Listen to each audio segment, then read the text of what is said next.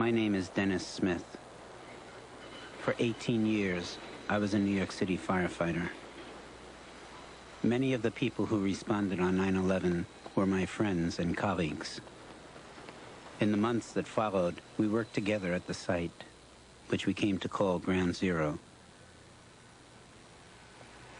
I watched my friends searching for loved ones in the rubble.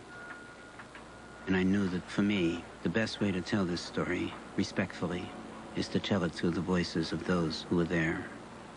Their courage in the face of such terrible loss has given me hope. In the words of the poet Seamus Heaney, hope for a sea change on the far side of revenge.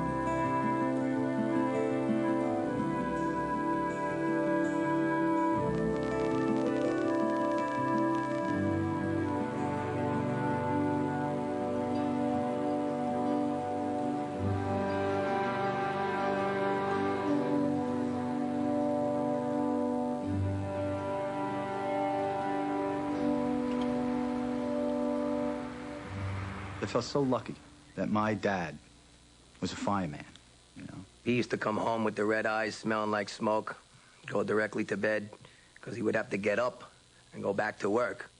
My father was a cop, 32 years. My sister, a cop for 25 years. I wanted some stories to tell when I retired and went back home. You know, I wanted some excitement, some adventure. It's a brotherhood. You spend a lot of time with each other, trusting each other. If you entered a room with 200 of us there, I get a hug from everybody, he gets a hug from everybody.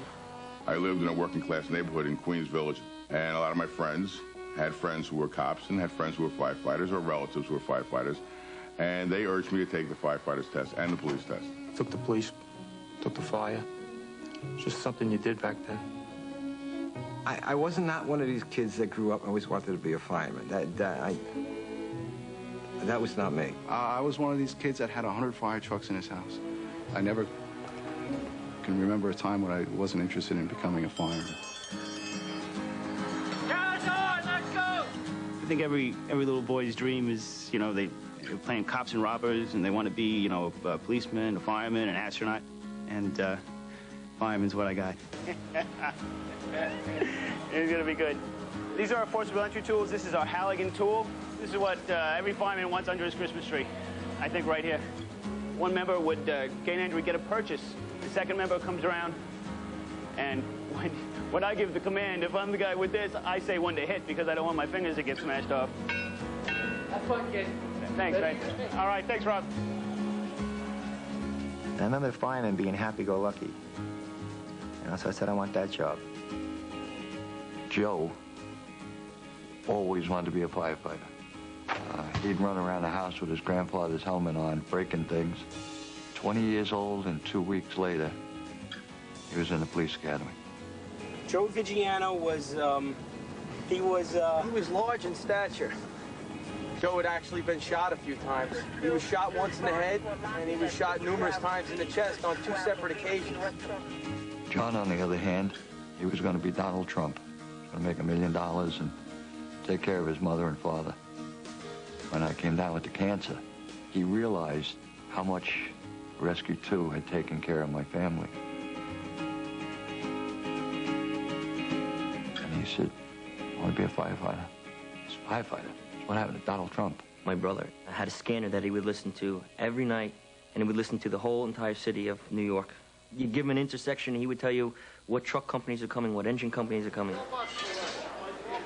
My brother Tim was the only one of my brothers who actually knew that he was going to be a fireman. It seemed to be his destiny.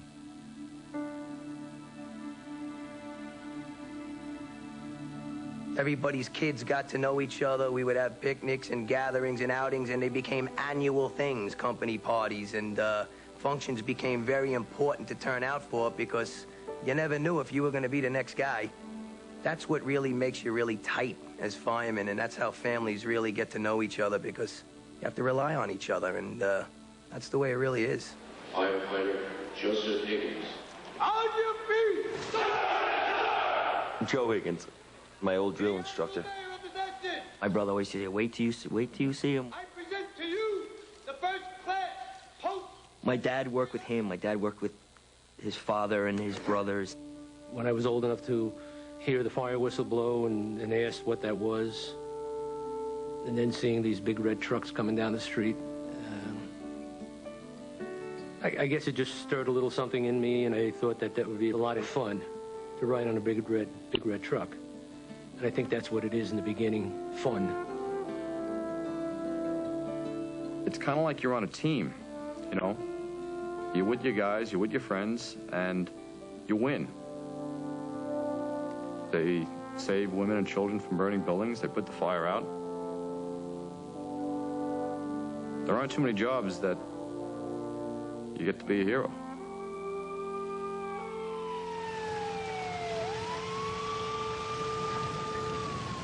When I came in the fire service 40 years ago, I wanted a job. I needed a job. The culture of rescue evolved in the 70s. Everything that could have happened in the city was happening. We had people shooting at us, throwing Molotov cocktails at the fire engines. Baptism by fire, and that's what we had in those days in the 70s. Our unit did over 9,000 calls in 1 year. You go to one fire, stand on the roof, and pick the next fire you're going to. We went to so many fires that we got very good at it because we did it over and over and over and over again. There was more turmoil in the city at that time. Civil rights movement was taking place. The layoffs took place. There had been a movement of many businesses and financial institutions from Lower Manhattan to Midtown or across the river or away from New York altogether. It seemed to us that major towers would draw attention to Lower Manhattan and probably strengthen it as a center. So we prepared plans for the Twin Towers and presented them to the governor of New York, who happened to be my brother at the time. Very shortly, you're going to have a great thrill when you see the actual design and plan for this great center. We've been fighting this type of construction, and it's economical and it's aesthetically attractive, so they keep building them. The problem with John O'Hagan is he was ahead of his time. One of the problems he identified was the use of spray-on asbestos as a substitute for concrete to protect the steel from heat. You look at the World Trade Center, that building was 60 or 70% steel and 40 or 30% concrete. Steel is not resistant to fire. When heat attacks steel, it melts, it warps, it twists, it expands, and it loses its supporting strength, and it fails, it collapses. We call these new high-rise office buildings semi-combustible.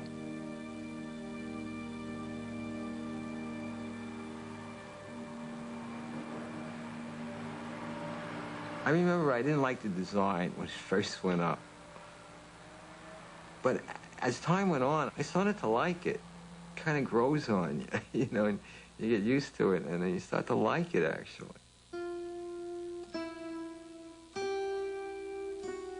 I remember it very well, the Twin Towers going up. All of us, everybody was like, we were monitoring the building of the towers. Look at that thing, you know, look at that thing. That's the coolest thing. How did they get that crane up there? Look at that. I started working in September of '69, pouring all the concrete. It was amazing to be working on the 2 tallest buildings in the world. My kids call them Dad's Towers, because naturally I told them I built them. I was very proud of it. I remember showing my son them and saying, you know, this is what an American is all about. I mean, look at these great buildings that they build. And really, quite an achievement.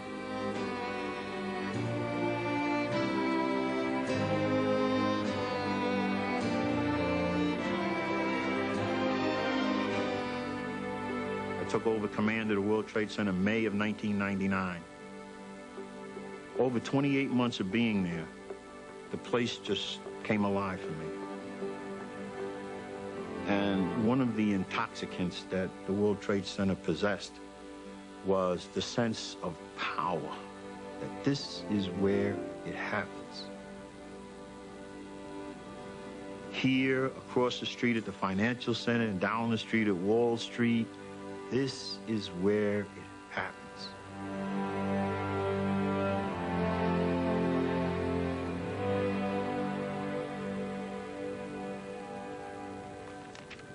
My office is located on the 72nd floor of Tower 1, and it's in the southwest corner of the tower. I was up in the bunk room changing the sheets. Made myself a bowl of Wheaties. I was actually on the Bell Parkway traveling towards One Police Plaza. I had missed my train. I was a little late. I had just finished saying Mass. I stopped by my mother's house because I had to teach. Made a left on 3rd Avenue going downtown because I was going to pick up some summonses for double parked cars. Teed off, and I was on the second hole. I recall checking my beeper at approximately 08:42 hours. I felt, I did not hear anything, I felt the jerk of the building. Then, within seconds, I saw that there was a ball of fire out of my windows on the south side that I could actually see parabolically falling. I got on the radio to the dispatcher and told them that the World Trade Center was just hit by a plane and to transmit a second alarm. And the phone rang. And it was Joe. Dad, turn on the television. I says, what's up? He says, we're on our way down to the Trade Center. A plane just hit there. You going? He goes, yeah. I said, you know anything else? No, I don't know anything yet, Dad. I figured, let me call 132. Trying to find John. And just rang and rang and rang. I turned my head slightly to the left, and I saw a tremendous fireball in the lobby of building number 1 on the Marriott side.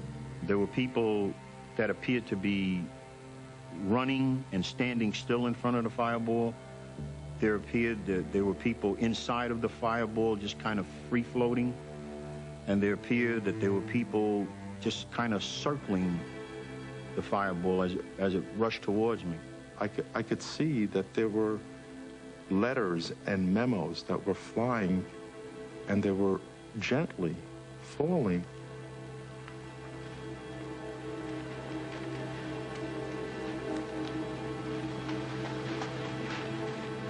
I could actually read some of the, you know, the correspondence that was there. I could see the highlighted areas that were there. There had to be something like 20 floors of people trapped. And with the smoke and the fire, my thought was, well, they're not going to be able to come down themselves. We're going to have to go get them.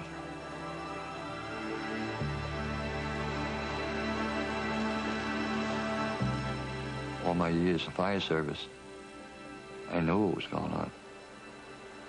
Joe called me before 9 o'clock.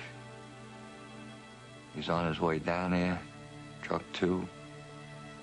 Should take him about 15 minutes. He'll probably go right to the North Tower.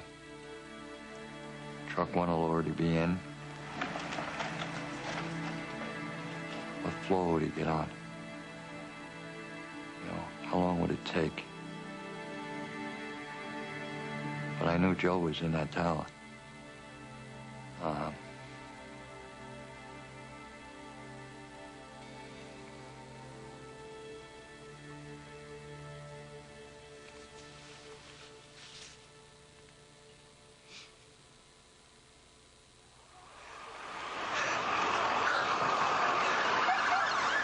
I heard the chief. I started listening because it sounded kind of strange. You look at each other and you go, holy cow, I mean, what the hell is going on here? And I was like, are we going to go? Let's go. This is huge, and they're going to go to work, and I'm going to miss it. I was doing my normal, making sure I notified all those special companies. Almost immediately, the commanders throughout the city began to lock down and close down the city. So right away, I got on the phone and called my wife, because she works over in Lower Broadway. And I said, there's a fire in the World Trade Center. So she says, what about Dennis? So I says, I'll give him a call. I got somebody from the engine. Answered the phone. And I said, is Oberg working? So she says, the truck went out.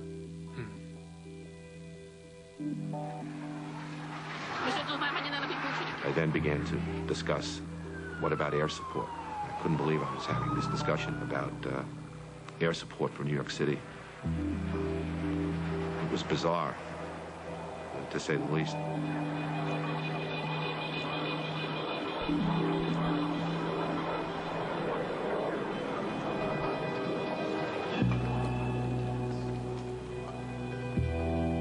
I was just trying to think to myself, okay, this is going to be, it's going to be tough, but it's a fire. We're going to go there, put it out. But I was a little nervous. We started collecting our tools as if it was a normal high-rise fire. You know, so it means we're bringing additional ropes. We're bringing one additional air cylinder per man. We have an additional unit in quarters called the high-rise rig. It has a lot of extra tools for fighting high-rise fires. I was in the high-rise rig with Jeffrey. I just got done with a 24, and there was still like 10 minutes before the shift was over. I was mad because I wanted to drive the high-rise. We looked up, we didn't see anything. I said, okay, everybody ready? All right, ready, set, go. And we sprinted to the front of the building so we wouldn't get hit with any debris. I got to the command post. Joe Pfeiffer was there. Joe literally had 2 phones in his hands, and he's talking on both of them at the same time. People calling in from the fire warden phones upstairs, and he's handling this. The Trade Center has 99 elevators, but it turned out they weren't working. It meant climbing up the stairs. It was just about my turn when all of a sudden we hear another loud explosion. A man came running in from the outside, and he yelled out, "A second plane has just struck the second tower."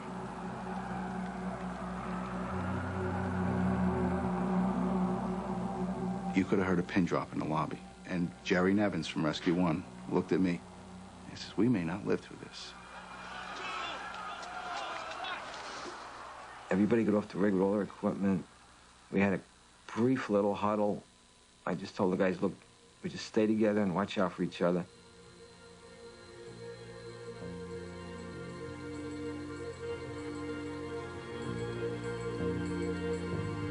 I went to the first chief I saw, and he gave us orders. He told us to wait for another engine company and go to the 23rd floor. Certainly it was very difficult to give some of these assignments out. You could tell there was a look in some of these officers' eyes that they might not come back down again. Then it was my turn. And I went up to Deputy Chief Pete Hayden. I said, "Chief, you know a second plane just hit the second tower." And he just closed his eyes and shook his head. He said, "I know. Just go upstairs, do the best you can." So we went around to the B staircase. We took the B staircase. It was the center staircase in the core. And as we approached the staircase, people were coming down, and a lot of people were injured. There was skin coming off people's bodies, and We made a U-turn, parked the rig, met up with Lieutenant McGlynn and Bobby Bacon and John Drum. The chief came up to us and said, "All right, put your gear on, you're going in." And which was a surprise to me, because with this rig, we're not the first people who go in usually. The lieutenant told us, there's jumpers, so, everybody look up. On the count of 3, we're going to go. So I just looked up, and I didn't see anybody coming, and I said, well, let's go, let's run. We were directed to proceed up the B stairwell. They said, basically, take the B stairwell, walk up, see what you can do. So at that point, we proceeded to climb stairs. I was just trying to focus on the point that where, you know, I just saw this horrific fire above, and we're climbing up 84 flights to get to where the fire is.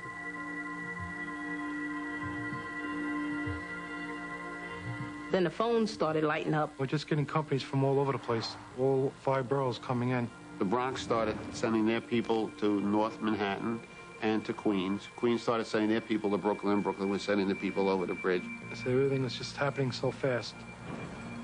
6 trucks and 3 battalions are responding to various staging points. Are you ready to write the identities? Yeah, go ahead, Matt. You know, I figured we're excited, we're all up, we're pumped, we're ready to go down there. Like everyone else, all the other firemen in the city, everybody wants to go there. 50 engines, 64. They were calling, you know, can we go, you know, and the supervisor said, you're supposed to send so many, and that's it. Around 9:15, the tone alarm goes off, and we're being dispatched to 43rd Street and Lexington Avenue for a pedestrian with his foot stuck in a turnstile. I'm looking at the ticket, and I'm like, this is crazy. I said, we can't possibly, this is where we're going. This was the biggest fire in fire department history, and I wasn't going to miss it. I got a phone call. It was from the Fire Operations Center. It says, you got to go to Shea Stadium and set up a staging area. I mean, people are knocking on the doors, pointing to the smoke. They're all pointing to us to go, like, you know, it's down there, like we didn't know. We're 15 blocks away. Let's go. And the guy in charge says, goes, no, everybody stand fast. All right, all units stand by. Ladder 15 and ladder 15. So now I'm kind of pissed because I feel helpless.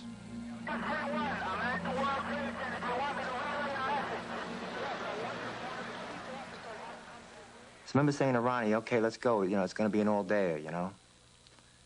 And we went down and got our gear. We threw it in a car, and we just sped down. We drove down almost to the corner where the South Tower is. It got hit. That's when the South Tower got hit. And then we went along the building. And I remember I seen stairs, and I said, Ronnie, there's stairs here. And he said, no, follow me. And all I could think at the time was, wait a minute, I'm the boss. But you know how somebody says something with authority? It's the way he said it.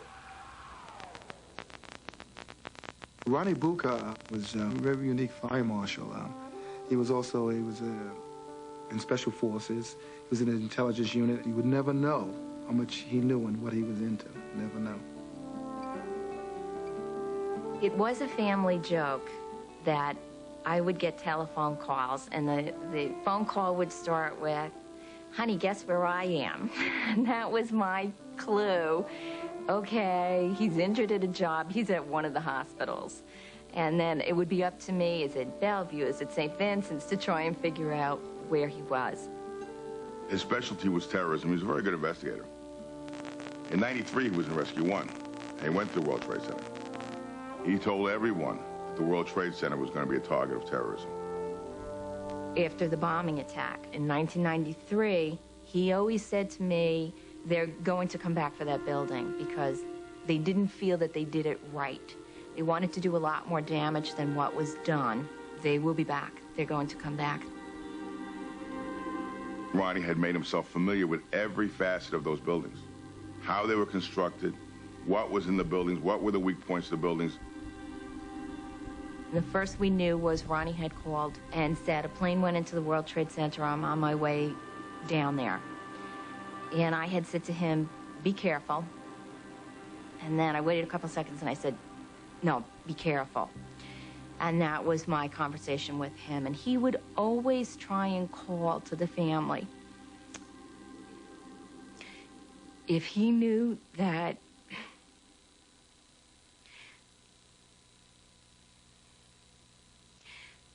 we weren't going to be able to get a hold of him, he would always try and give a quick call, whether it was fire department or military or whatever, just so we wouldn't worry.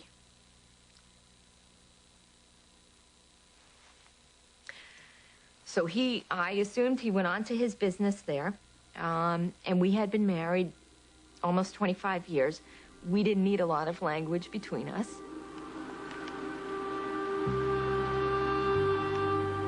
We went to a certain stairwell, and we just started heading up. And I remember it was up in the 30s. One of the last things I said to Ronnie was, killing me. I got to rest. You know, 'cause he was always a flight ahead of me. He's in great shape. But now when we got up to about the 50th floor, there was no more people coming down. And Ronnie was like 2 flights ahead of me. And I remember seeing this woman on the landing, and she had her arms out, and she was bleeding, and she saw the turnout coat, and she just did one of these, and and I had to grab her. And I remember yelling to Ronnie, "I'll be back. I got to take her down." Well, I started helping her down with 10 flights, and on the 40th floor, a fireman opened the door to the stairwell, and he said, "I've got an elevator. You need it?" I said, "Yeah." I'm emphatic about keeping my people together as a group because it's so easy to get lost in a high-rise building fire. And these are the 2 biggest high-rise buildings in New York City. I want to be like a mother hen. I want to look around, and I want to see 5 ladder 6 helmets with me. If I don't see that, we're going to stop, and I'm going to find you. When we got to the 22nd floor, I didn't want to bring, you know, a lot of people up to 23 and create any more confusion on the floor that I thought would be a command post or operations post. I was looking around for this command post, and I couldn't find it. Me and Bobby Bacon went into an office to get a drink of water, and you heard debris falling. And we were right by the glass window, so we started walking towards to get out of the office. And the whole building shook. So we started running towards the stairway. Then it stopped, and I looked at him and I laughed. I was like, "Where are we running? You know, if this thing's coming down, you know, there's nowhere to go." I ran to the north windows, and all I could see was this white cloud of dust just pressed up against the glass. I couldn't see a thing.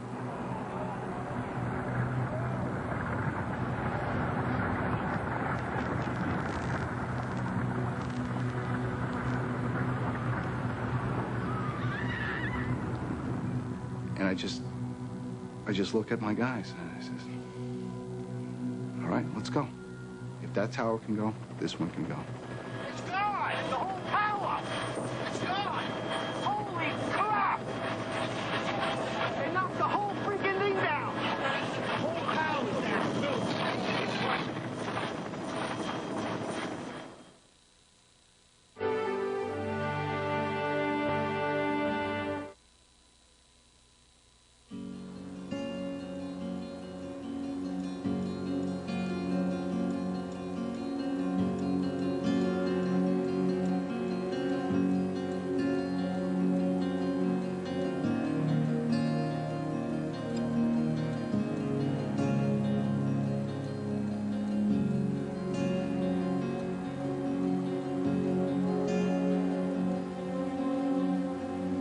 Everything started to fall apart.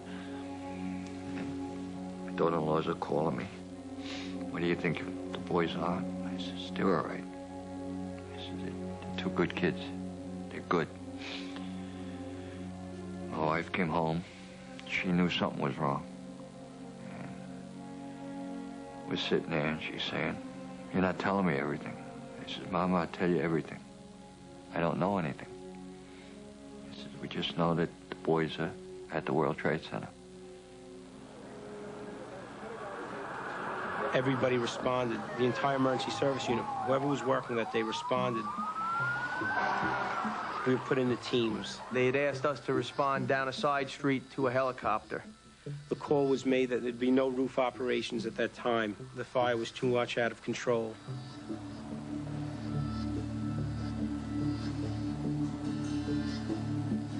All of a sudden, I started thinking that the bridges are closed, the Manhattan's shut down, roads are blocked, emergency vehicles only. I started thinking that, well, there it is, and there's the water, and there's the new boat I bought, and this would be a way of getting in there. I figured I'd go to 36 engine, but when I got up there along the boulevard, it was all backed up with traffic. So I immediately called my brother. Like mental telepathy, the phone rang, and it was TJ on the other end. And he says, "Is that boat of yours running?" And I says, "It's getting ready." I says, "Let's go.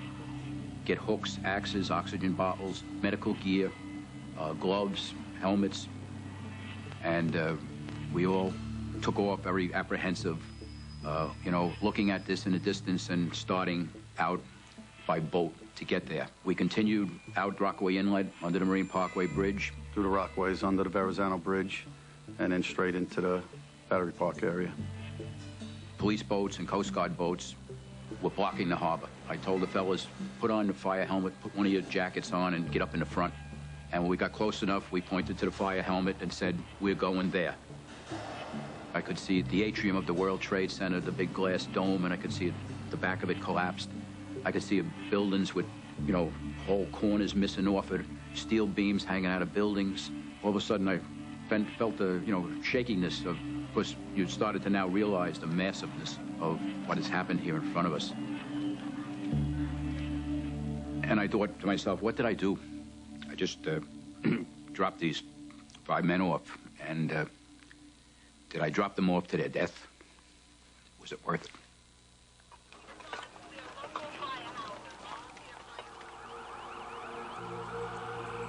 I sort of remember seeing a chief, and he was telling us to evacuate the building.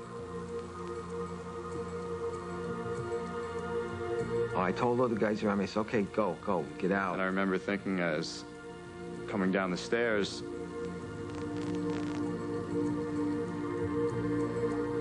now how are we going to fight this fire? This building is 110 stories. Now what are we going to do? Are we just going to let this building burn? But that wasn't my immediate problem. My immediate problem was to get my guys out of that building. At this point, we're running down the stairs until we came to a point where there were civilians. We were giving them hits of our air. And we probably made it to like the 5th floor where Ladder 6 was helping an elderly woman. We came upon a woman named Josephine Harris who was standing in a doorway near the stairway. She was a 59-year-old woman, and she has fallen arches. She doesn't walk well on a good day, and this greatly slows our descent. I got caught up with some people that were having problems getting down the stairs. Inside my head was screaming, I wanted to get out of this building, but I was helping these people. And once I was with somebody, they were going one step at a time. Therefore, I was going one step at a time. And I was counting, I was looking at the numbers of the floors. It would be like 19, 18, 17, and I just wanted to get out of that building, you know? Finally, we got down to the lobby, and Lieutenant McGlynn comes up. I did a quick roll call just to account for everybody. And he counts 1, 2, 3, and the 4th one's missing, which was John Drum. He was like, where was the last time you saw him? We're like at the 5th floor. I told my guys to stay there, and I said, I'm going to go check on John. I had said, you shouldn't go alone, so I went with him. Walked into the stairwell, walked up a couple flights. The lieutenant was 2 floors below me. It's when I ran into the guys from 6th truck, and I'd asked them, is anyone else coming down? And they're like, no, we're it. Once we made it to the 4th floor, Josephine Harris fell to the floor, and she started crying. She said she couldn't go anymore. She couldn't go on. Jeffrey starts walking back into the staircase. I follow him. I yelled up to the lieutenant, and I said to him, I said, Lou, you coming? And he says, yeah, I'll be right down. The clock is banging away like a church bell in the back of my head. We got to get out of here. We got to keep moving. We got to get out of here. And so I broke into the 4th floor, looking for a sturdy chair that we could put her on, and we could pick her up and we could run with her. James and I were waiting. The chief was right with us, Chief Prunty. And I don't know what made me turn around and realize that, you know what, this isn't working out. We're just going to have to drag her. As I'm running back, I'm thinking, oh, maybe this building isn't going to collapse. It's been about 20 minutes, 25 minutes.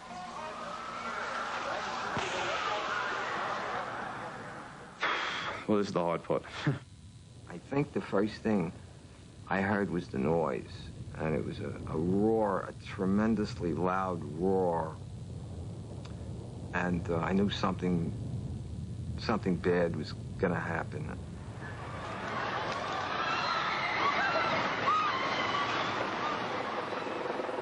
We turned, we started running up West Street. And as we were running, I looked over my right shoulder, and I'm looking up. And I'm looking up at the television antenna on top of building number 1. And I'm watching it as I'm running along, and it just ever so slightly seemed to start swaying. I said to myself, Jesus.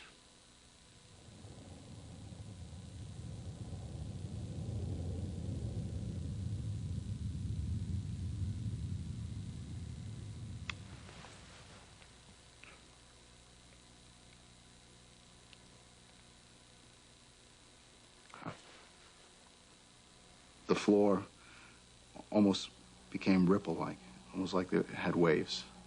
And I lunged for the door, and initially I couldn't open it. And it took a second pull to open the door. I must have caught it at a time where things lined up and I was able to open it. And I just dove for the stairway, and I just crawled up into a ball waiting for something big to hit me. I just kind of hit the floor, and I rolled to the wall. And at that point, basically, I just began to say a few prayers. The stairwell just erupted into like a hurricane, a sandstorm. Knocked my helmet off, knocked me over.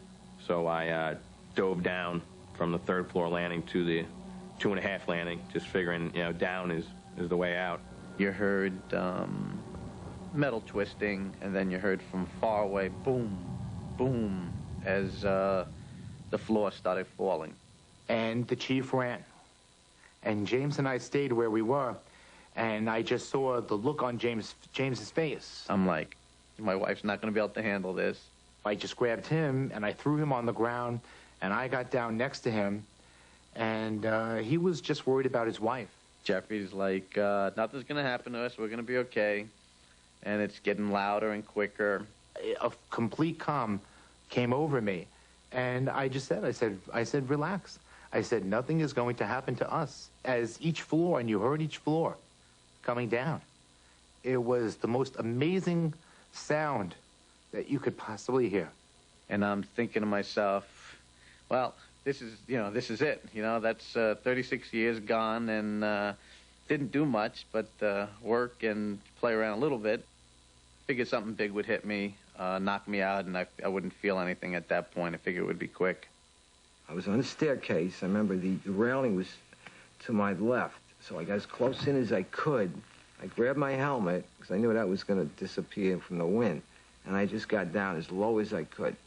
I tried to crawl in my fire helmet is what I tried to do. If I could have got in there, I would have. Then I started getting hit with, you know, it was pretty heavy objects, and that's when I figured I was going to die there. I remember hoping that it would just be fast, you know. And then it got dark, and then all of a sudden it all stopped. There was no more noise. There was no more wind. It was very, very silent.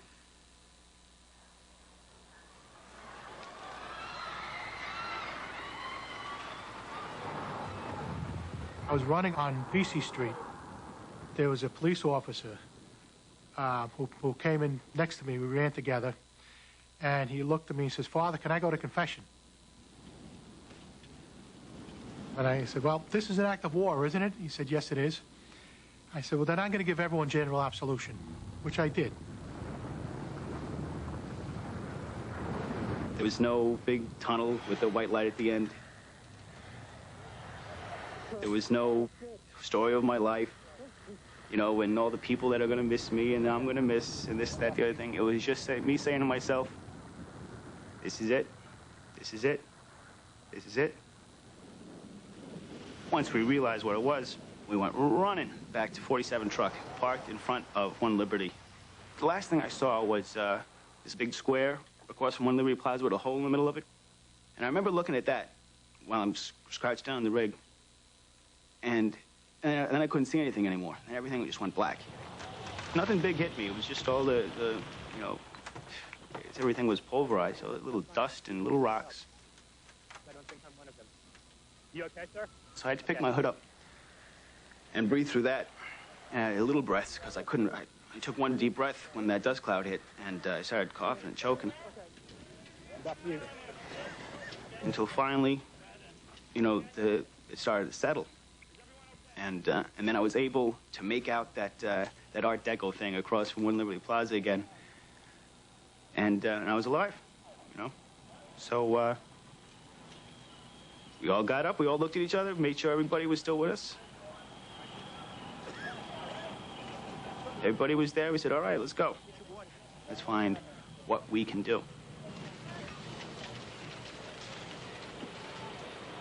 Now we start to hear the stuff over the radio from the firefighters, how they were trapped. I wish you could do something. They were trying to give information of where they were, That was. We have units trapped in the train station, Park Place on the 2 and 3 line, Park Place 2 and 3, and we also have. It was heart-wrenching. It was one guy. Some piece of the building had fallen on him. He just, kept saying, somebody help me, somebody help me. It was just indescribable. I never experienced anything like that before.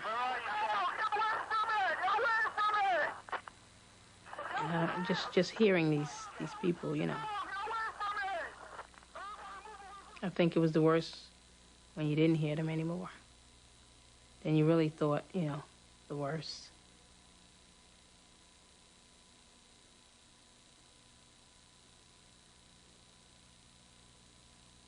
I kept thinking it was just the top 30 floors came down, not the whole building. But you couldn't see anything. And I remember seeing Joe Brozzi. I said, Joe, we got to go back. Ronnie's in there. And Joe said, well, I'm with you. Let's go. But the chief was standing there, and he said, no, he's gone. And I was like, what do you mean he's gone? He's not gone. He said, the building's gone. And that's when it, finally hit me, Because I'm thinking we can go back in there for him.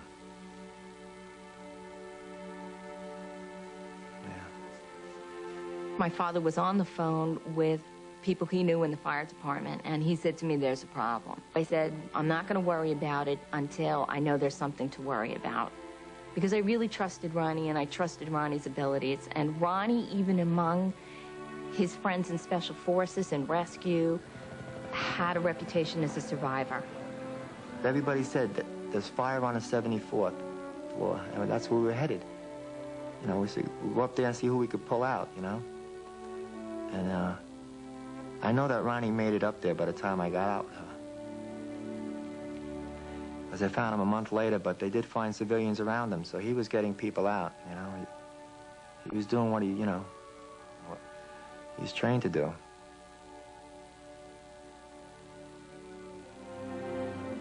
The fellows don't wait. They go in. That's their instinct. There's a problem in there. We need to go in there, and we need to get these people out. I feel that everything in Ron's life prepared him for that day. She's such a strong person. I know I should call her more, but I feel I'm not guilty, but it's just, I don't know, a weird feeling, it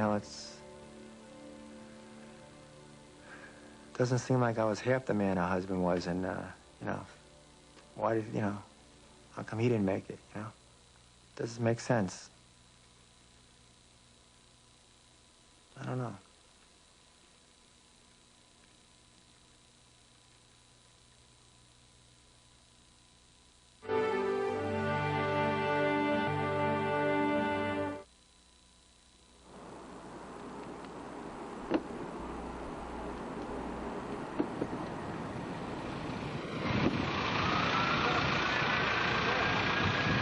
On September 11th, John Perry was turning in his 10 that day, and which is what we call our shield.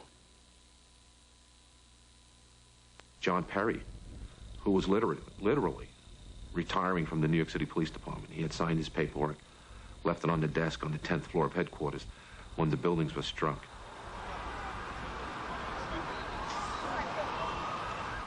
Jean left early because she had a breakfast that she had to prepare for her boss in her office. It was on the 81st floor inside the North Tower. I prepared her the breakfast. I do every morning, prepare breakfast, get her ready. I had to be professional. I was trying to get over to help people, but in the same time, my wife was in the North Tower. I look, and there's a guy in a trench coat, and he has the NYPD bike shirt on, and he's like behind me looking out the window. I don't know who, I've never seen him before. And then I see a captain come up, and I speak to the captain. It's Captain Pearson. He just had gotten there. And the guy was with him, and that was John Perry. He was signing off from the police department. He was leaving early. I think he was going to go into some sort of legal defense work. John was ready to maybe settle down, move to the suburbs someday, and become the typical suburban father. He had made friends with one of the Port Authority cops, and they had given him a helmet. And so I thought that was typical John, making friends and figuring out the different angles on something. I started to go toward, like I said, the North Tower. I went into the Deutsche Bank first. I ran into about 6 employees, and they're like walking zombies. A couple of them all have blood on their face. They didn't expect to collapse, so I evacuated them, took them to the back. But I want to still get over to where Gene is, and I go back outside, and I run into Mel Hayes. I saw his front piece, and I didn't recognize him at first with all the stuff that was on him. And I just said, I yelled out, "Hey, 31." And then he said, "Mel, it's Danny," you know, so it was just good to see him. It was good to see him. A police officer came running down the street. He says, "The helicopter overhead just radioed to us down here that the first tower was going to go." And I looked at Mel, and we didn't even have time to say anything. With that, the rumble starts again. And Mel wanted to run down the street, and I just grabbed him and said, "No, don't run, just come with me." And we went inside the Deutsche Bank because there was some big cement columns. We just held each other, and I says, "You know, my wife was up there." He goes, "Oh, yeah, I know, Dan, I know." I says, "Well, I gotta get over there. I gotta find where she is. I don't know where I'm gonna start."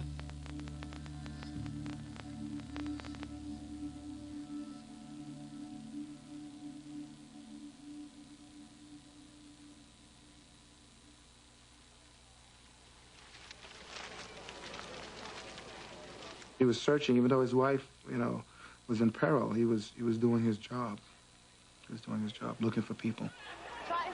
I could see the shadow of the debris coming down, and then you felt this tremendous wind, and you heard the boom, boom, boom, boom, boom, boom, and everything was completely black. I couldn't see John at this point. I couldn't hear anyone, and for a moment, I thought I was the only person possibly alive.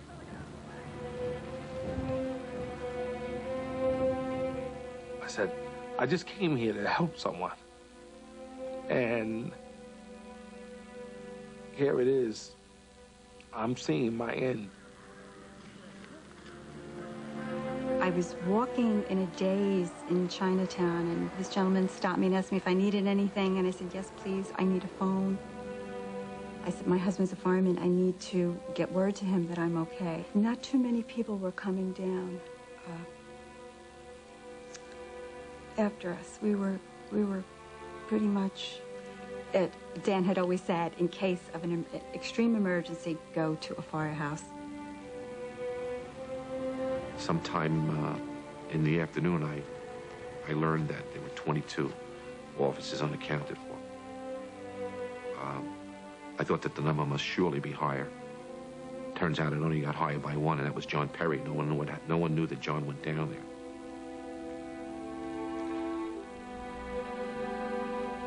I'm sure he went in there, determined to help, to do all he can, and have a great story to tell afterward. And from what I hear from Tim Pearson, whatever happened, happened quickly.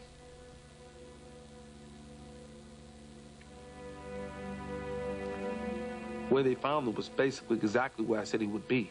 If he would have made it maybe another 20, 30 feet, he may have been able to make it out of the building. I went back over toward the Chinatown firehouse, and I walked in, and I went over to the room, and I opened the door up, and I don't even recall what we said. We just looked at each other, and we just grabbed each other and hugged each other. You know, it was a beautiful reunion. Cried, I'm sure. Yeah.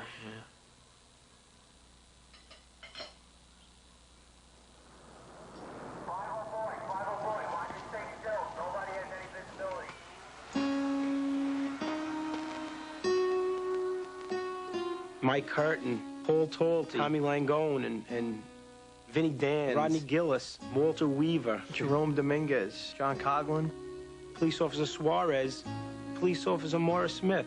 They're not here anymore, and I don't understand why. That's the hardest thing, not knowing, you know, why. When you talk about heroes, being on the field with those men and women on September the 11th is the greatest honor I have ever had in my life. And they are the true heroes of September 11th. I was just graced to be there with them and to see how they performed. It was a great honor. It's a day I'll never forget.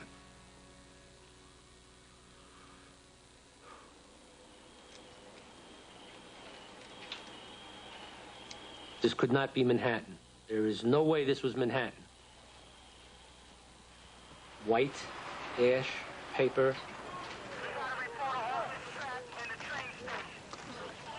There were car fires burning everywhere. A lot of cars had been tossed just by the blast of the building coming down.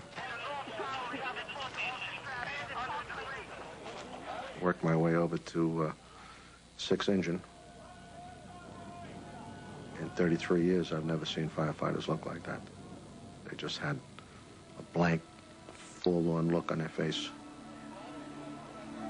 So I got down to where Frank Fellini was, and I walked over and I said, Frank, what do you want me to do? He said, what about Pete Gansey? What about Bill Feehan?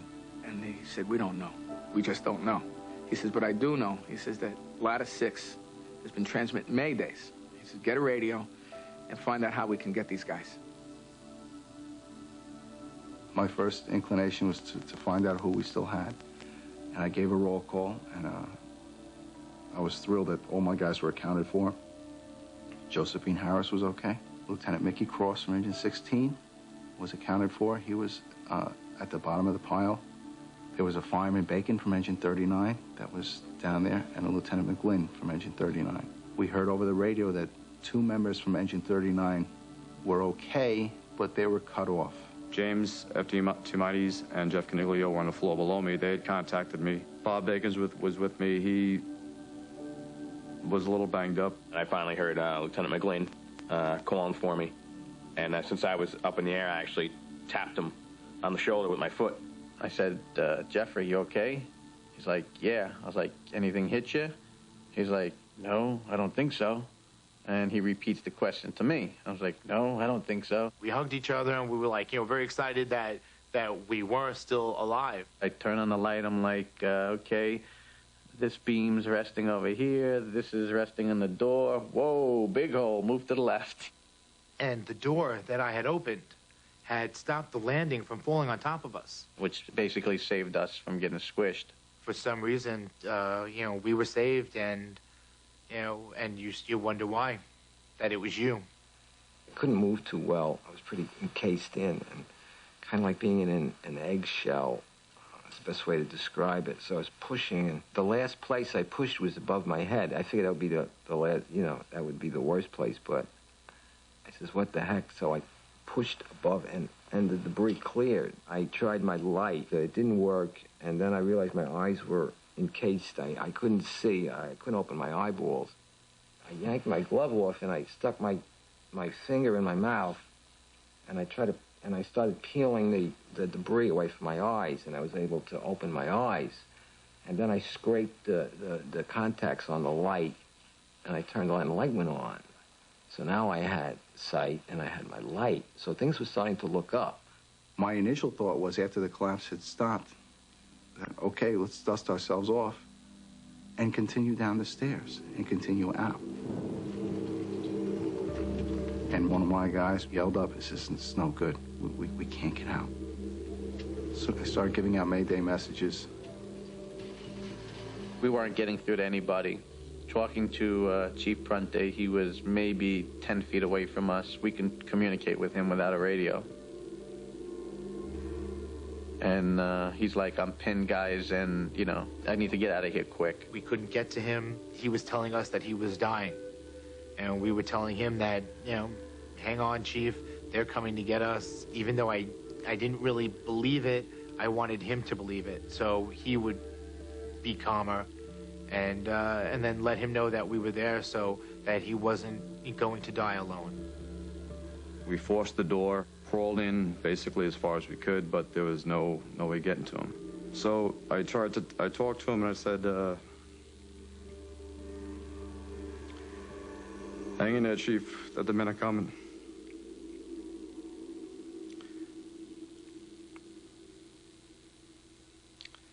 But there wasn't much we could do.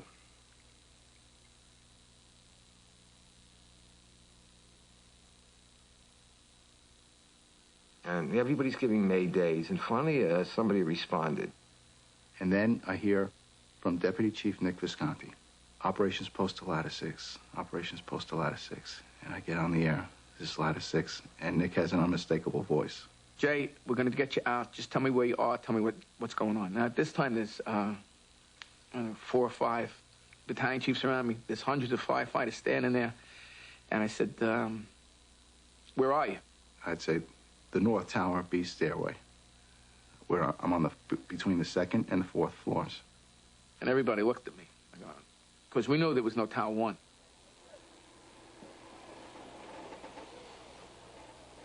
I said, okay, Jake, I need directions. I need you to help me out here. We're not too familiar with the building.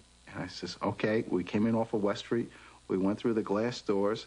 We made a right, then our first left, and the B stairway's the first stairway on the left. And it's somewhere during this conversation, somebody jumped in on the radio and said, where the hell is Tower 1? I was thinking, this guy doesn't even know where the North Tower is. I just kept talking. I didn't want him to... I didn't know what he knew. I didn't know what I should do, but I just said, I'll just keep going. I said, just tell me where you are within the building. He gave me a location. Okay. I said, I got people coming. We're going to find you. We'll get you out of there. We're coming to get you. But it's going to be a while.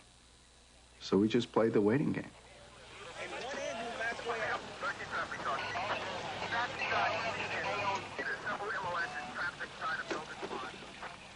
We had an ESU van burning a block away, blowing off ammunition. We had units coming in wanting to go in, so we're trying to corral them into a spot. And out of the crowd comes this, I didn't recognize him right away. This guy starts walking toward me, kind of a muscular guy wearing a blue jacket, a hard hat, and carrying a crowbar, and it's my brother Mike. My brother Mike's been retired a couple of years. And he says to me, he says, Bob, who's working? So I look at him, I says, Mike, the Twin Towers fell down. Everybody's working. He's like, no. Joe, Tim, Matt, who's working? And believe it or not, for the first time, it was the first time I thought that, oh, yeah, I saw Matt on the train station, but what about Joe and Tim? You're kind of trying to hold off panic, but I knew that we had to lose dozens, maybe hundreds of firefighters. We lost thousands of people, but I never really thought about that. My God, I must have lost tons of friends, and maybe even my brothers. I ran into my brother Mike, and we were so relieved to see each other, and the first thing I said is, did you see Bob? And he acknowledged that he saw Bob. Tremendous amount of relief came over me right away. But somewhere along the line, I wanted to see Bob, too. First thing that hits me at the site was silence. It was incredibly silent. We're not hearing pass alarms, which are the little alarms on the side of your bottle. We're not hearing screams, help. We're not hearing anything. I see my brother Joe. And I'm like, oh, thank God. He's like, oh, Bob, and we hug. And I was relieved all over again. He says, have you seen Tim? I says, no. I said, I saw Mike and I saw Matt this morning. But every SOC unit that was there, you hear him coming across as missing. Whole units, not people in the company, whole units. Tim was with Squad 252, which is a special operations company. He wasn't going to be happy with just an engine company or a truck company. He's going to have to be where everything happens. He's going to have to play with the toys and play with the tools. He's going to have to get all the training. And even if Tim had gotten off early, for whatever reason, he would have turned around and went back. See, me and my brothers went to a lot of fires together. We all were on the job at the same time. We all recognized each other's voices in the smoke. My brother Mike, my brother Bob, my father, all of us. But Tim, when we would go to fires, there'd be tough spots that you'd try to get to, and Tim would already be there, finding the way out, knowing exactly which window to go into. He could squeak through like a snake. He could get past the dangerous situation and say, how did you get there so fast? I thought I was doing pretty good.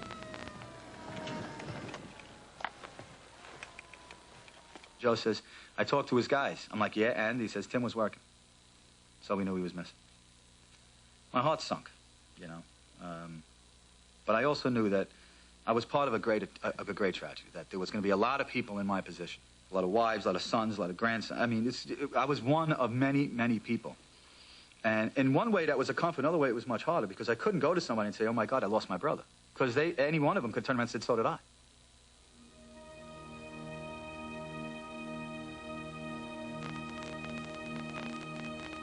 We figured that he probably got up pretty high. You know, get up towards where the rescue guys were. You know, make sure everybody got out, not just the civilians. We're not leaving till I see the last face. That's the kind of guy that he was, even if he knew he was in danger. We'll make it. We'll get down, but I'm still not leaving till I see the last bunch of guys. And that's what we figured he was doing. Almost positive that's what he was doing.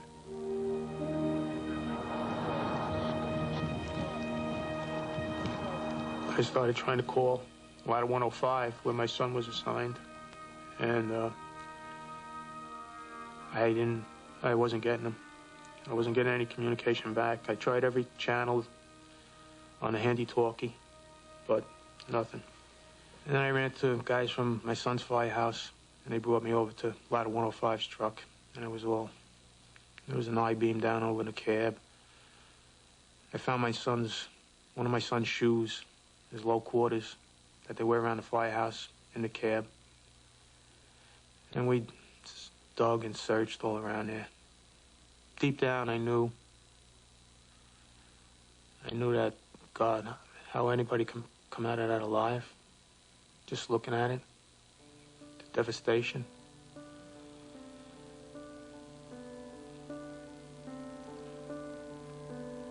He was a lot smarter than I was. Went off to college, did well, and graduated college and became a CPA. The hours are late. He used to come home 11, 12 o'clock. And I guess he looked back at the time that I spent with him and his sister and my wife. I mean, he took a big cut in pay, but he was thinking of the future with his family. September 10th, he was in the firehouse, working a night tour. At about 11 o'clock, he had called my wife. She asked him, she said, did you make the right decision, Dan? And he said, yeah. You happy? He said, yeah.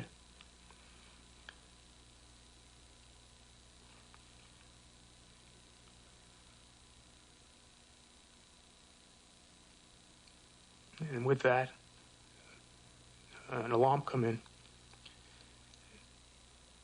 And he said, I love you, Mom. She said, I love you. He left. That was it.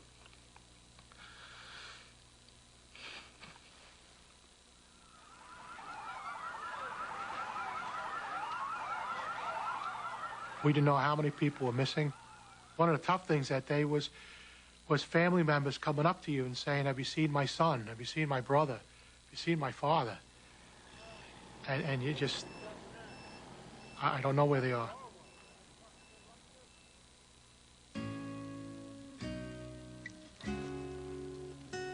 My first tour was July 4th. We're in the middle of roll call, and the tone alarms go off. Fire around the corner. 8 minutes. First call was a fire. Get back to the firehouse, and the phone rings. It's my brother. What you have? I tell him, are you kidding me? He's all upset because he's at work and he doesn't catch any fires. Jonathan was a young buff from when he was 5, 6 years old, because he went to the volunteer firehouse with me all the time. And the only thing he wanted to be was be like Dad.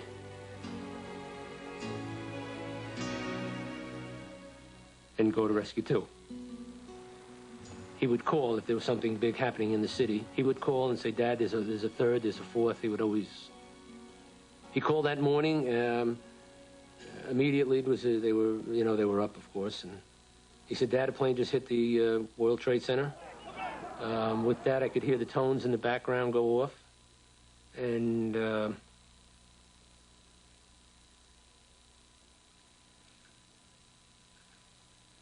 he said, we're going. And I said, John, just be careful. And he said, okay, Dad. And they left.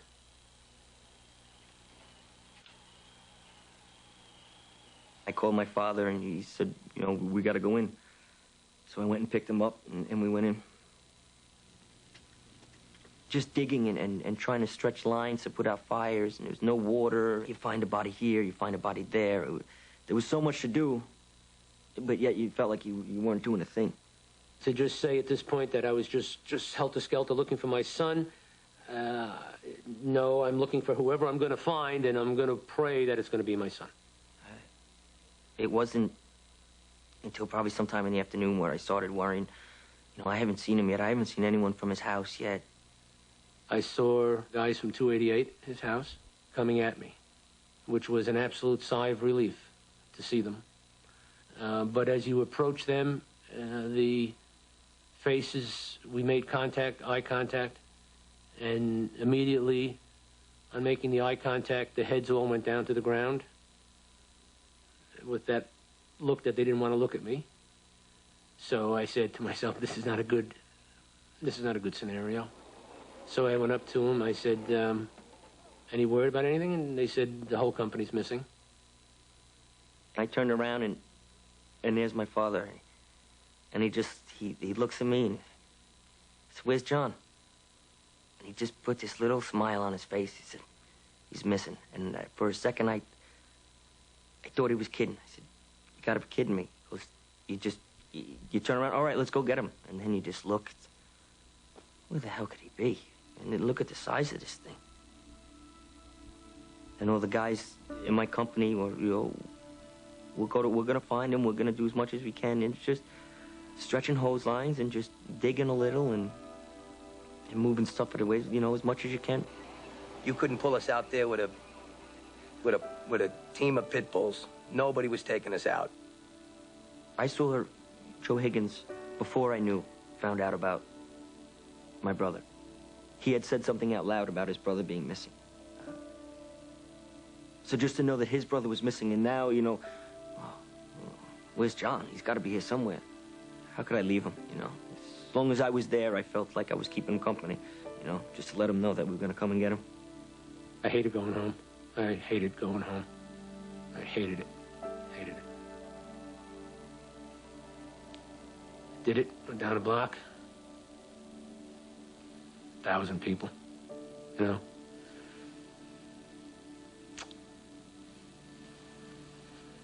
Grandson came out. Said, do you have Dad? Told him no. I said, we'll find him.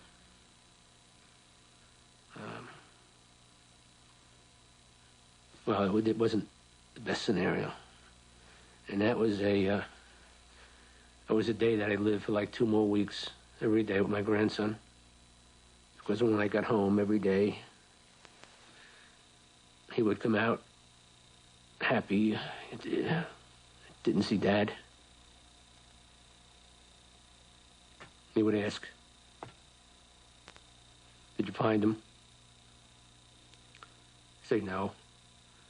And I guess, I don't know, maybe a week and a half, 2 weeks, he stopped asking.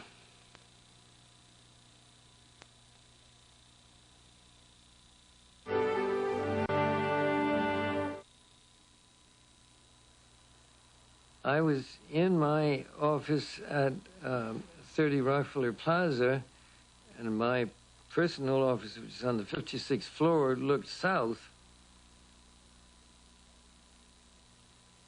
I actually was there and saw the building collapse. It was hard to believe that what I saw was actually happening.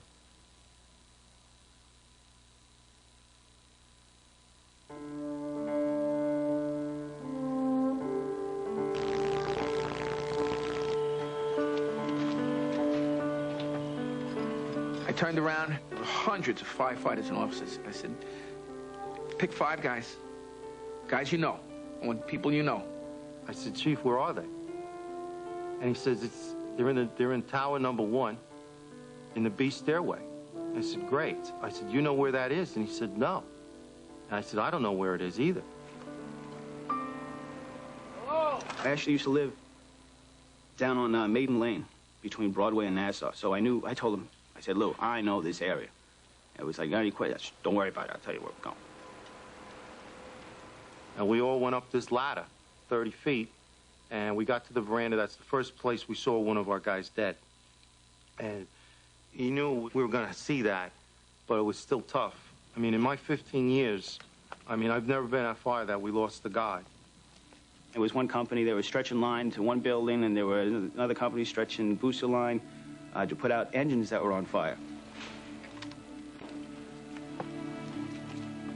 You know, you never thought you'd see a fire engine on fire, you know, and the fire engines crushed, you know, trucks destroyed.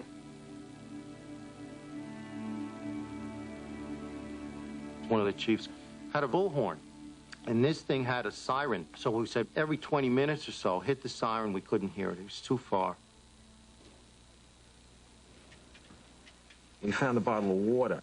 We found one bottle of water, and we opened it up and we started passing it around, you know, and everybody taking a sip of water. Just like you see it reminded me of a movie I once saw. I think it was Humphrey Bogart, where they had a canteen of water and they all, and that's exactly what we were doing. So we made our way where I thought would be where the North Tower stood. The officer looks at me, he goes, "Cassidy, where are we?" And I looked around and I said, I don't know. And I couldn't tell him. And that, I don't know, that affected me too, just saying that I didn't know where we were when I know this area like the back of my hand. But I couldn't tell him what street we're on. No idea. All I saw was an open area with a lot of steel collapsed in it. I said, this is the courtyard. At that point, we asked the chief to hit the siren, and we heard it. But it seemed so far away. I said, it can't be that far. There was voids and crevices and holes, and we crawled around, I don't know for how long.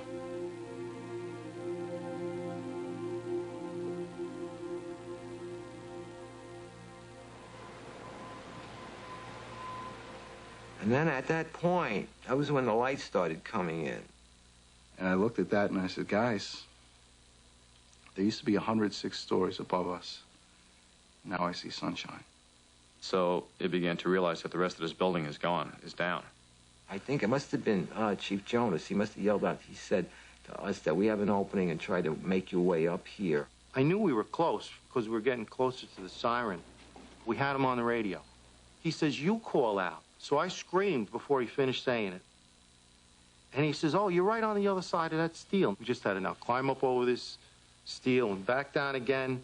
And you could see them walking out. They had set up a rope. One by one, we started sending people out. Sent Mickey Cross out. One person would go, and they were able to climb the beam, get onto the other staircase, and then get to the opening. So it started working, and that's what we did. We sent Fireman Bacon out from Engine 39. Lieutenant McGlynn stayed because he wasn't going to leave until James and Jeff were out. All these guys are coming out. But I remember the third guy to come out. Because the third guy was my instructor in the academy, Lieutenant Mickey Cross.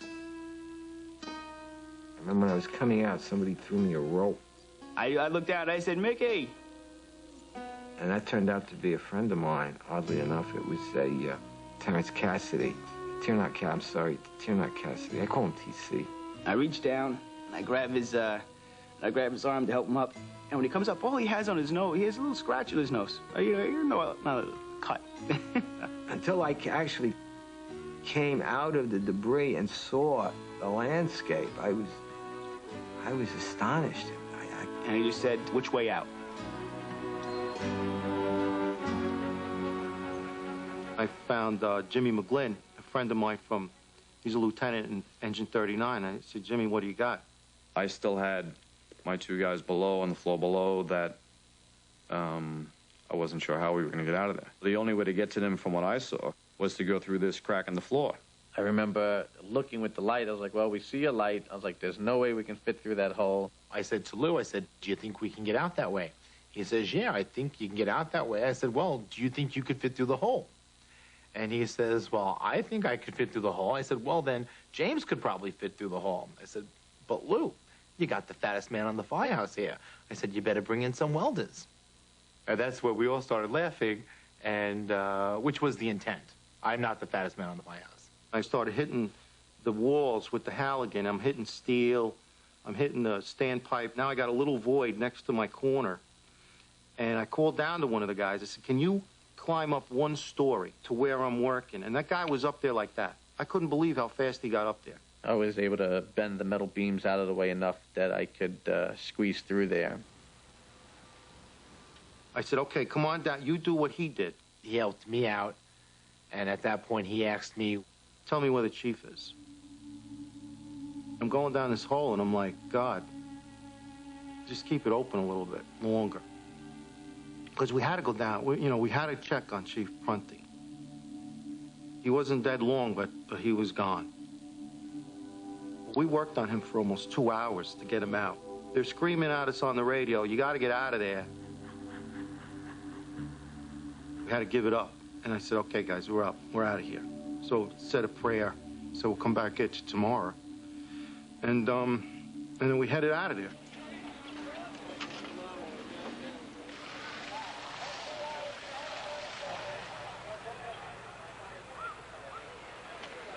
I wanted to find John Drum to make sure that he was okay. He just basically made it out. I spoke to him later. He told me that he looked back at me, thought that I had seen him, and just kept going. He felt very, very bad afterwards that he didn't know that we went back for him. But I told him that that may have saved our life because we don't know where we would have been if we hadn't gone back into the stairwell. So in effect, that might have saved our lives. I remember the nurse saying, you want to call your wife? I was like, yeah, that'd be a good idea. She's like, I'll let her know you're here, and then I'll give you the phone. I could hear my wife yelling in the background, screaming, she's, not knowing, what was wrong. She's like, you better talk to her. I called my mother, and my mother made it sound like, it was an everyday conversation at first. She was like, oh, Jeffrey, how you doing? And I'm like, oh, fine, Ma, how are you? And then she called my father. She goes, Joe, Jeff's on the phone. And that's when she started crying. First person I called was my mother. And, you could tell just from her saying hello, you could tell she was crying all day. I just said, excuse me. I just said, I'm alive. I didn't say that, but I broke down crying when I said, Mom, it's me, I'm alive. And then she broke down crying, of course. Lying there in the middle of the street, a big, strong fireman, and crying to Mommy and Daddy. But that's the first time I had to think about, maybe what just happened. The loss that everybody else maybe just went through.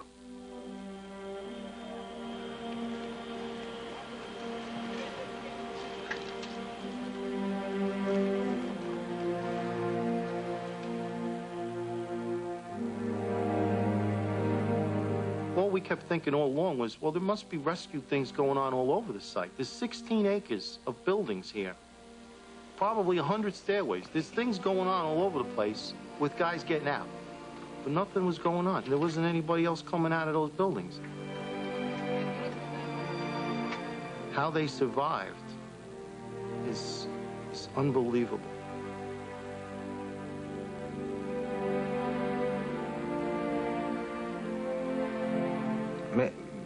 Maybe one day some engineer will be able to explain that, because I have no idea why that happened.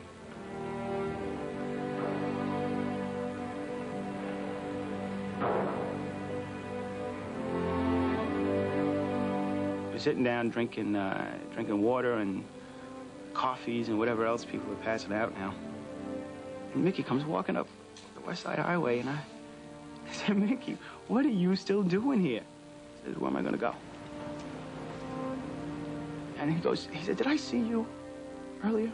I was like, yeah, I took you out. And he was like, was that you? I was like, yeah, it was me. So, but he was foggy. I mean, you still look at him, he still looks a little foggy. But he still had the blood dripping down his nose. Still had his bunker gear on. And, that's a fireman. He's not leaving. Everybody was out.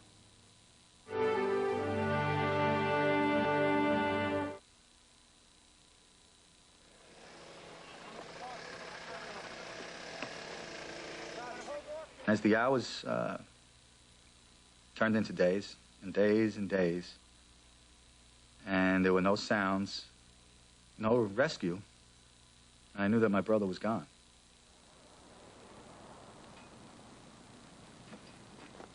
My first commitment was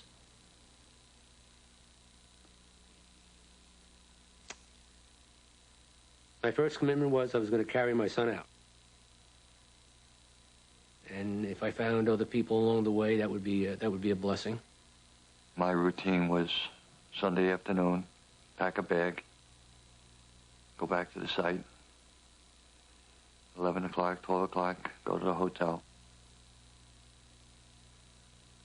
6 o'clock, get up, go back to the site, stay till 11, 12 o'clock at night. My brothers and I worked at the pile day in, day out, like a lot of people did. All looking for brothers, friends, sons. My father said to us, you know, bring them home. Whatever you got to do, just bring them home. I would go down to the viewing stand with my wife on the 11th of every month. I mean, there were days when I was down there, and I'd look up in the sky, and it was a clear sky, and it would remind me of 9/11 that day, and I would have to leave. Seeing fathers digging for their sons. Seeing sons digging for fathers. 10 days, 15 days, 20 days, 30 days. They're down there digging for their own kids. It's horrible. And it's nothing you can do.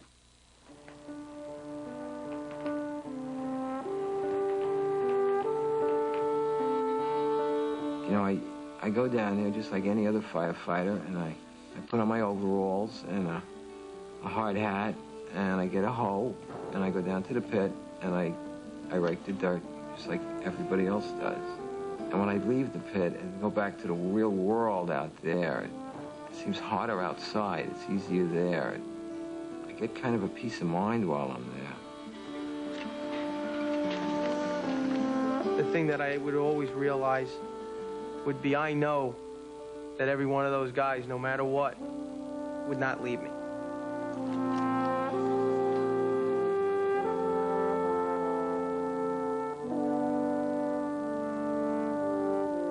So, you know, we wouldn't leave them.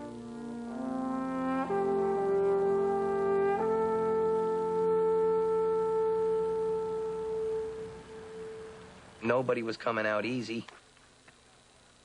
And you were kind of looking at things around you. Boy, are we going to get out of here? I hate that place. I'm there only because there are policemen, firefighters working, looking for body parts of people. Not necessarily policemen and firemen, but people. A great day is when we have taken somebody out of there. That's a great day. And a really great day are those days where we took out 10, 12, 13 bodies. Fire, civilian, PD. What a great, great day that is. But that's what you think about. My brothers and I were taking a break at the bottom of the hill. And I turned to my one brother, Joe, and I says, this is impossible. I says, we got acres of land here. Tim can be anywhere.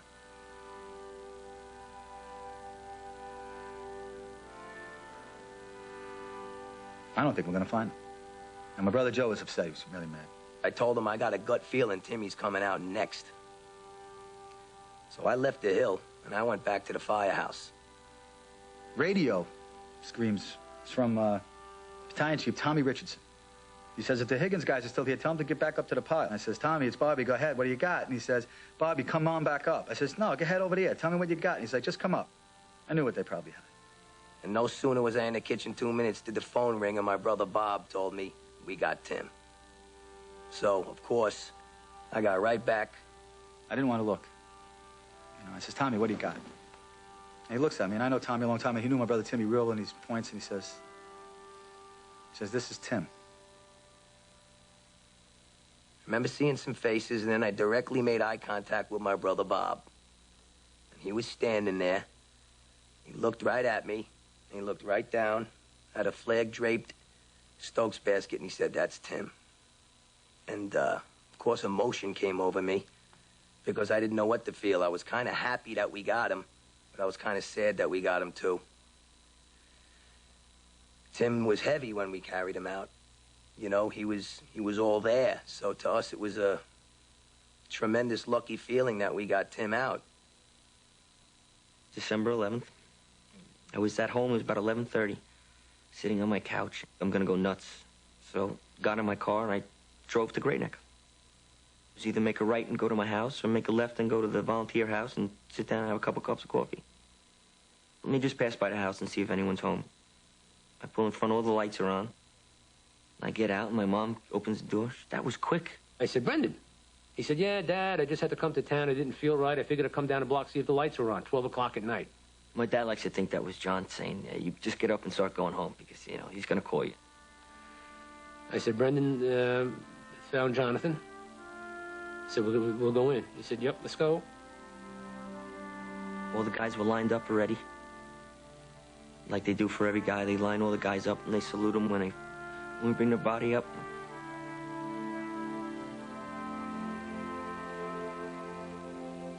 And when we walked down, they saluted my father on the way down. And that was something that touched me. And I know it touched him. I've never seen that down there before. You know, they saluted him on the way down. We got down there and he was in the Stokes and he had the flag on him, covered up already, and see the smile on my dad's face? Got on his knee and he patted him on the back. He said, "We got you, buddy. We got you." And to smile for something that horrible, yeah, it really doesn't make a lot of sense. That was probably the greatest day of my life. Being able to carry him up the hill, the emotions, and being able to smile and say, "We got you. You weren't going to hide for that long." It was a very, very special day.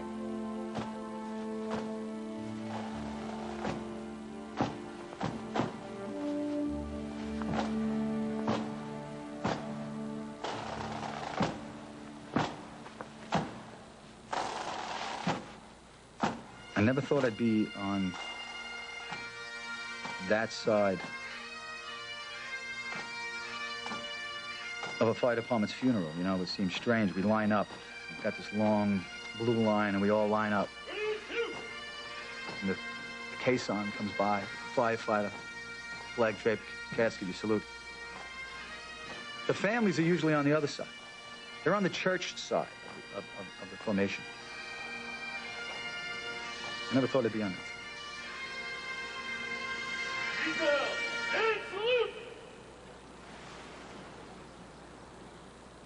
Closure, I don't even know what that means, to tell you the truth.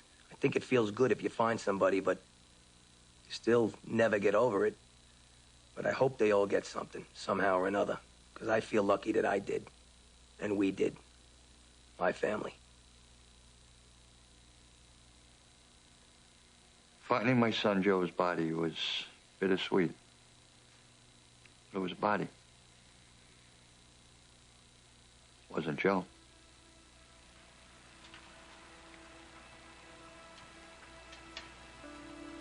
Not finding John's body, so be it. As my grandson said, God must have needed some good cops. Well, he needed some good firemen, too.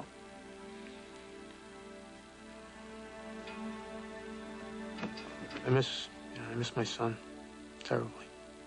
Terribly. I don't know.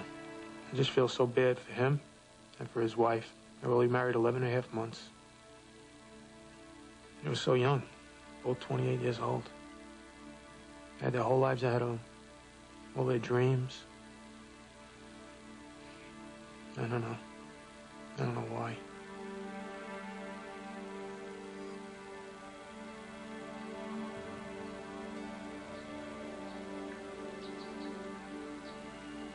He was only on 7 months. God.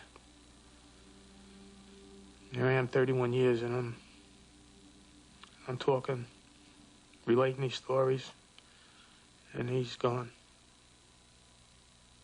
Not even recovered.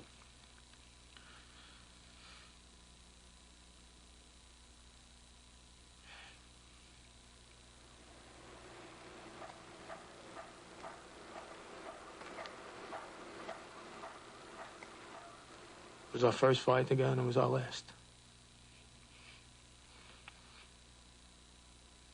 It's a crazy way of looking at it, though. But hard to understand why. Why? I guess it wasn't my time. I never accepted, but I don't know.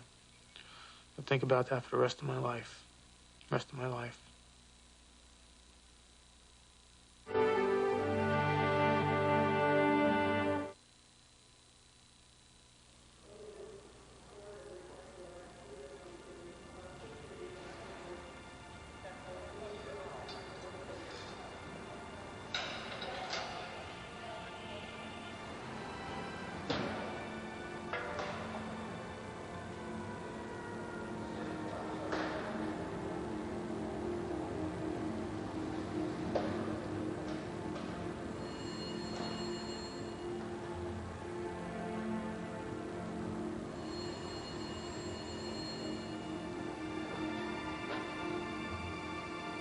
A lot of senior men are going to want to get out.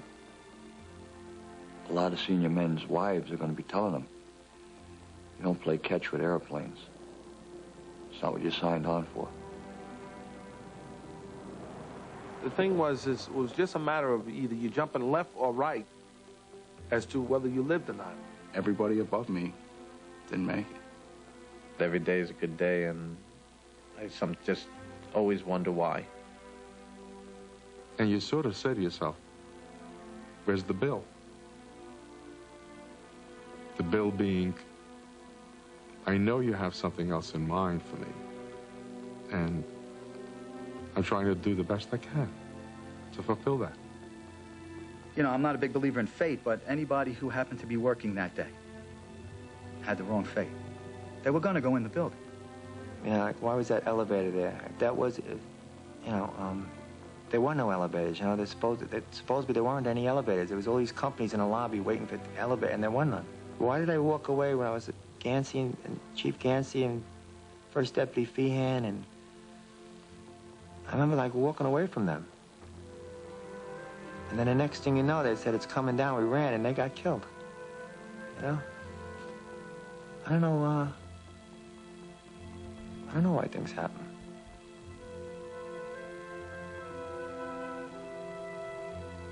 I don't know.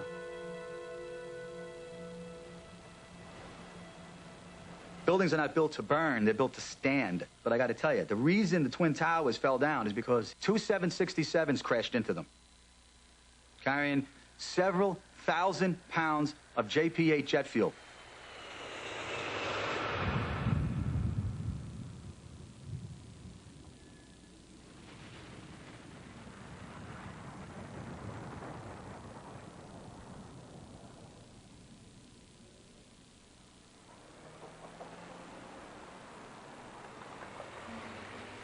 In the 136-year history of the New York City Fire Department, we had lost a little more than 750 men in the line of duty, killed in the line of duty. On September 11th, we lost 343 men in 28 minutes. The NYPD lost 23 police officers. The Port Authority lost 37 police officers. Every once in a while, I'll be in the firehouse and I'll look at the pictures of the guys that perished that day. And you look and you say, oh, yeah, I forgot that he died, too. You know, there's just so many that you almost forget who died. It'll never be the same. Those firefighters, my son, my friends, responding down to those buildings, looked out of the windows of their rigs like we always did. And we looked at those buildings. And how horrific did they look? That cliche that we've used for so many years, when people are running out of burning buildings, firemen are running in. I want you to look at those buildings and I want you to say, firemen looked at that and they ran into that? You better believe it.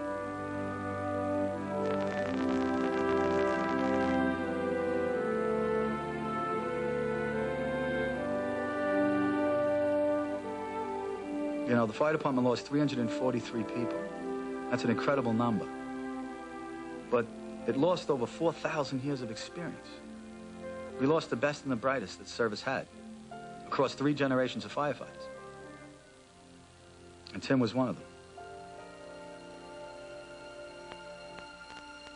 I think people think that because we talk a lot about fire department or police department or Port Authority who were lost down there, that we think that the other people down there mean any less.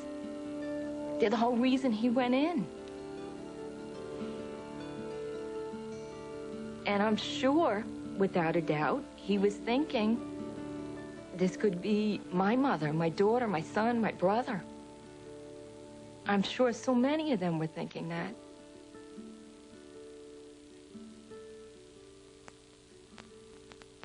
There's sin in this world.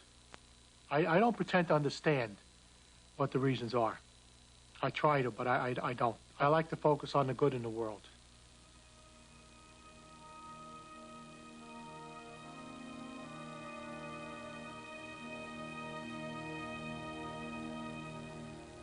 And I think ultimately the good is going to overshadow the evil. A lot of things that I thought were important, that the car wasn't working correctly and that I was bent out of shape, that a certain team wasn't winning, truly has no bearing on life, you know, as long as, you know, the person I'm standing here is okay and my family, my children are doing, you know, best we can. Remember those who need right now and do what you can to help them. All we need is a pat on our back from the guy that's working next to us. That's all we need. Yes, the story should be told, but most guys would rather tell it and walk away and just go back to being firemen again. You go to the firehouse, it's like people are always in, out, all the time. And sometimes, you know, the attention's nice. Sometimes you like it.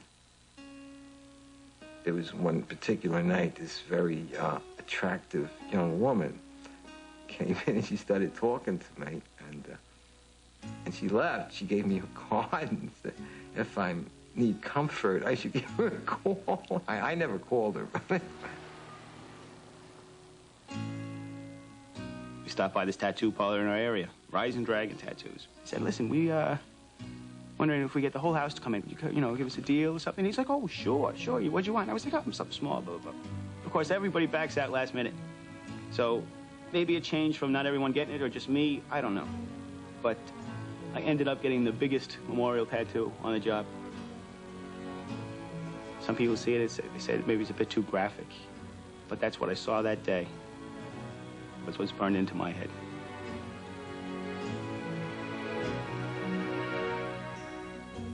I say it every day I'm at work. I love this job. And I know he's with me at every fire I go to. And I carry his tradition on to just go to fires and enjoy every minute I possibly can.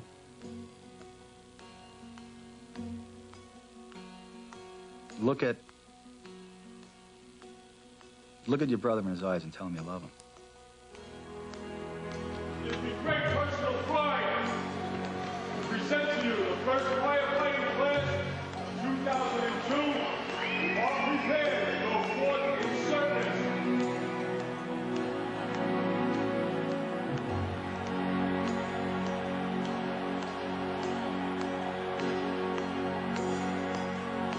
Protecting the persons, people, property, the city of New York.